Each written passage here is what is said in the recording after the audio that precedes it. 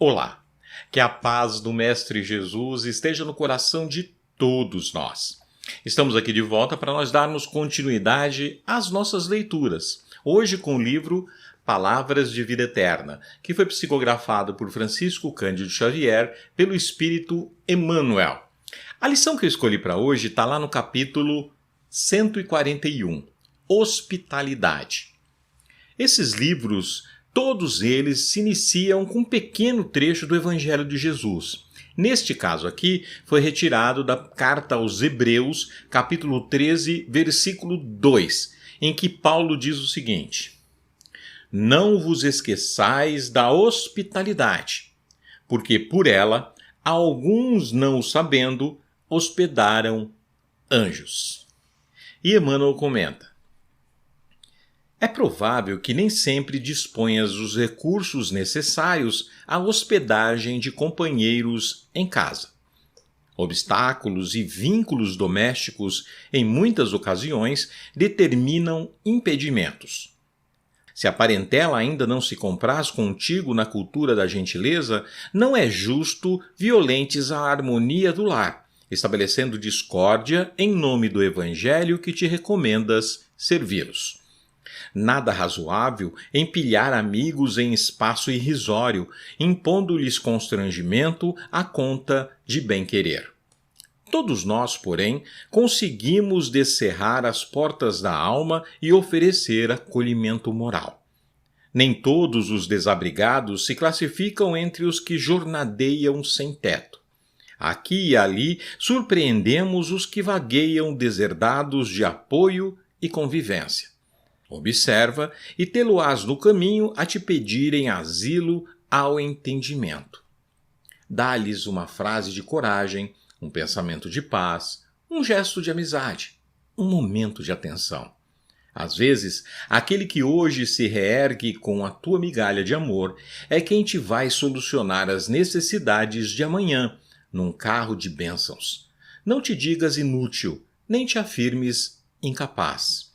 Ninguém existe que não possa auxiliar alguém, estendendo o agasalho da simpatia pelos fios do coração. Hospitalidade.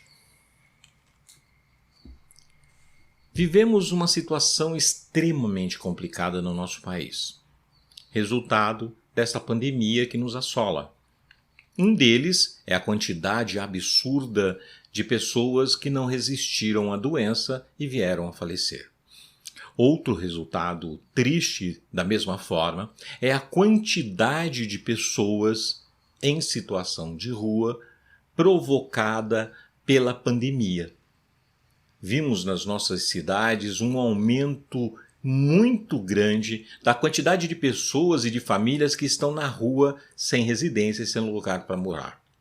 É evidente que nós não temos condição pessoais de colocarmos em nossas residências ou atendermos com a hospitalidade que seria o correto essas pessoas em nossos lares. No entanto, nós podemos exercer essa atividade de uma outra forma.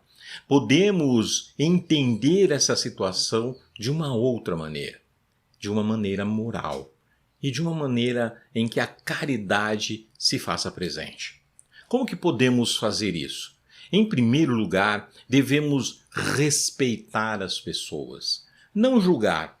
Quando nós nos depararmos com as pessoas abandonadas, e muitas delas em barracas nas ruas, não julguemos.